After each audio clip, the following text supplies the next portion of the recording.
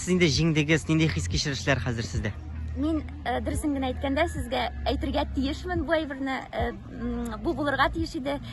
Чөнки мин аңа әзерләндем, мин аны инде күптән көттем. Марафонны шулай иң соңгы көнендә генә яздырып җибәрдем шигыремне һәм ул әлбәттә урын алды шул 24 кеше арасында. Мин бик бәхетлемен. Рәхмәт бөтен дөньяга.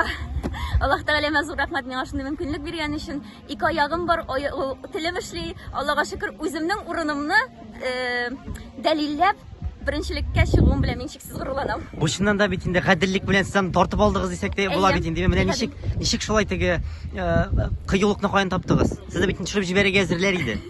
Мин әзерләр иде дәген, ләкин чыгып калмаска дигән, беренче булырга дигән лидерство дигән сыйфат минем күңелемдә. Мин рәхмәт ул сыйфатны миндә әтием булдырган өчен.